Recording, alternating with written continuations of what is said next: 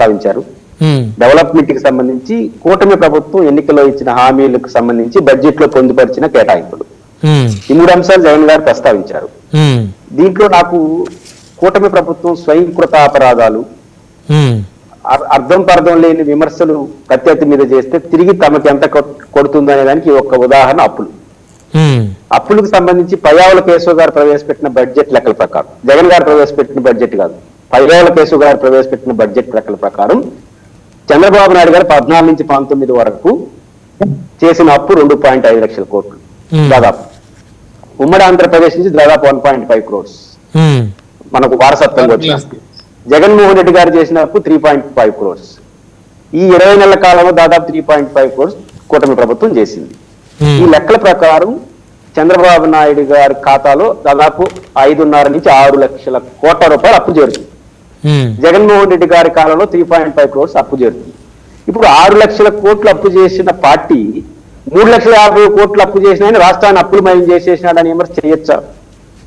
ప్రతిపక్షంలో ఉన్నప్పుడు చేసినారు. 6 లక్షల కోట్లు అప్పు చేసిన పార్టీ 3.5 లక్షల కోట్లు అప్పు చేసిన ఆయన పట్టుకొని నువ్వు అప్పులు పాలైపోయిందంటే ఈజీ అయిపోయింది. ఇప్పుడు జగన్మోహన్ రెడ్డి గారి ప్రెస్ మీట్ చాలా సులభం అయిపోయింది ఈ రోజు. ఎందుకు లెక్కలు మీరే చెప్పేశారు, పయ్యావుల కేసు గారి లెక్కలు, జగన్ గారి లెక్కలు కాదు. కాబట్టి ఇక్కడ అప్పుల పైన ఇంకైనా ఆపేసి మీ పని మీరు చేసుకుంటే బెటర్. ఎందుకంటే ఇద్దరు చేస్తున్నారు అప్పులు, ఆయన చేశాడు ఈయన చేస్తున్నాడు అప్పులు. కాదు 6 లక్షల కోట్లు తెలుగుదేశం చేసింది, 3.5 లక్షల కోట్లు వైసీపీ చేసి నువ్వు అప్పులు పాలే చేసి ఈయనంటే ఎట్లా? ఎక్కువ అప్పు చేసిన తక్కువ అంటే ఎట్లా? ఇద్దరు కలిసి చేశారు. అది point number 1. Number 2, development activities అప్పులకి బడ్జెట్ లో ఉపరితల విన్యాసాలు నాకు బాగా కనిపిస్తున్నాయి. ఉపరితల విన్యాసాల అర్థం మీకు తెలుసు. మొదటి బడ్జెట్ లో 21,000 కోట్ల రూపాయలు డెఫిసిట్ లోకి వెళ్ళారు. అంటే వాళ్ళ అనుకున్న అంచనాకి రాలా 20,000 కోట్లు. దాని అనుభవం నుంచి ఏం నేర్చుకోవాలి? ఈ బడ్జెట్ నడుస్తున్న బడ్జెట్ లో బ్యాలెన్స్ గా పెట్టాలి. ఇక్కడ బాధ ఏంటంటే సాధారణ ప్రజలుగా మాట్లాడాల్సింది కేటాయింపులు చూసి కాదు. ఆ కేటాయింపులు జరగాలంటే ఆ డబ్బులు రావాలి. నీకు 3,30,000 కోట్లు ఆదాయం వస్తే కేటాయించి ఖర్చు పెడతావు.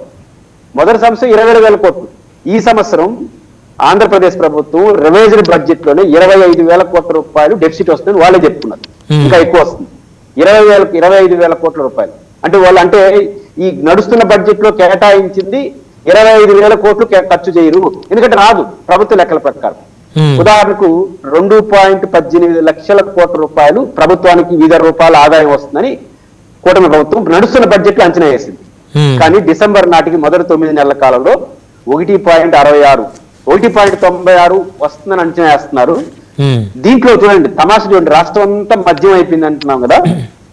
మొదటి 9 నెలల్లో 27,000 కోట్ల రూపాయలు మద్యం ద్వారా ఆదాయం వస్తుందని ప్రభుత్వం లెక్క చెప్పింది. ఈ బడ్జెట్ అంచనా, ప్రజెంట్ బడ్జెట్ అంచనా.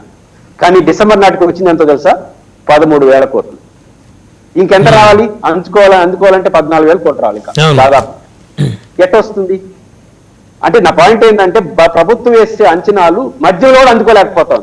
మిగతా విషయాలు కాదు. మద్యం 27,000 కోట్ల రూపాయలు అంచనా వేసి డిసెంబర్ నాటికి 13,000 కోట్లు వచ్చింది పయ్యావుల కేశవ్ గారి లెక్క ప్రకారం. ఇంకా 3 నెలలు ఎంత వస్తుంది? ఈ అనుభవం చూడకుండా ఈసారి బడ్జెట్ లో 30,000 కోట్ల ఆదాయం వస్తుందని లెక్కలు రాస్తున్నారు. ఎట్లా ఖర్చు పెడతారు? మీరు వచ్చిన అంచనాలకి ఇప్పుడు విజయసాయి రెడ్డి గారు చెప్పారు కేటాయింపు. ఆ కేటాయింపులు అమలైతే ఈ ప్రభుత్వాన్ని మెచ్చుకోవాలి. అమలు కావని నేను అంటున్నాను. ఎందుకంటే మీ బడ్జెట్ లెక్కలు తప్పతున్నాయి. మొదటి సంవత్సరం 20,000 కోట్లు, ఈ సంవత్సరం కనీసం 30,000 కోట్లు తప్పతున్నాయి. ఎట్లా ఖర్చు పెడతారు మీరు ఇచ్చిన కేటాయింపులు బాగా పెడితే అభినందించాలి. జరగవు. ఎందుకు జరగవు అంటే మీకు ఆదాయం రాదు. మొదటి సంవత్సరం 20,000 కోట్లు, ఈ సంవత్సరం 30,000 కోట్లు పెరిగిపోతాం. మీ అనుకున్న అంచనాలు రావట్లేదు. 3వ అంశం హామీలకు సంబంధించి. హామీలకు సంబంధించి ఖచ్చితంగా ప్రభుత్వం ఇబ్బంది పడుతుంది. ఎందుకు ఇబ్బంది పడుతుంది?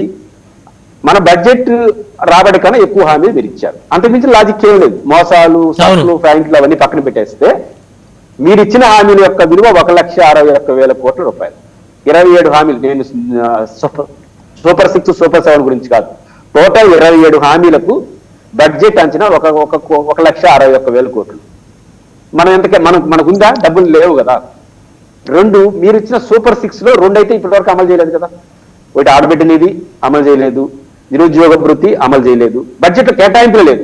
కాబట్టి కనీసం మిగతా 2 మళ్ళీ అమలు చేస్తామని చెప్పాలి. మేము సూపర్ 6 అమలు చేసేసామని చెప్పినప్పుడు ప్రతిపక్షానికి విమర్శించే అవకాశం రాకుండా ఎట్లుంటుంది?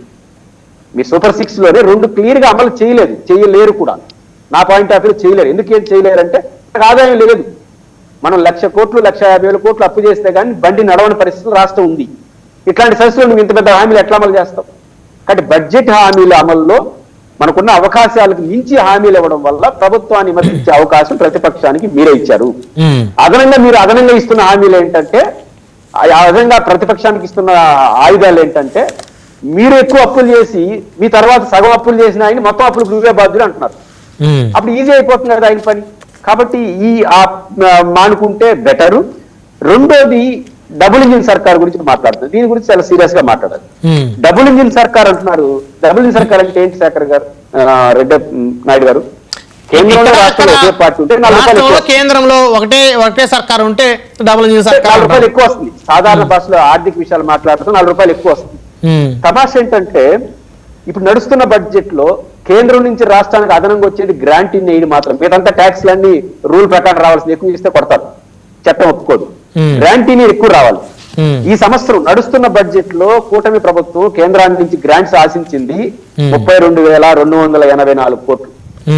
కానీ డిసెంబర్ నాటికి వచ్చినంతో తెలుసా, 8,728 కోట్లు. 32,000 కోట్ల రూపాయలు కేంద్రం నుంచి అంచనా వేసి 8,722 కోట్లు వచ్చింది. దీని నుంచి ప్రభుత్వం గుణపాఠం నేర్చుకోకుండా ఇక రాబోయే బడ్జెట్ లో 40,000 కోట్ల రూపాయలు వస్తుందని అంచనా వేస్తాం.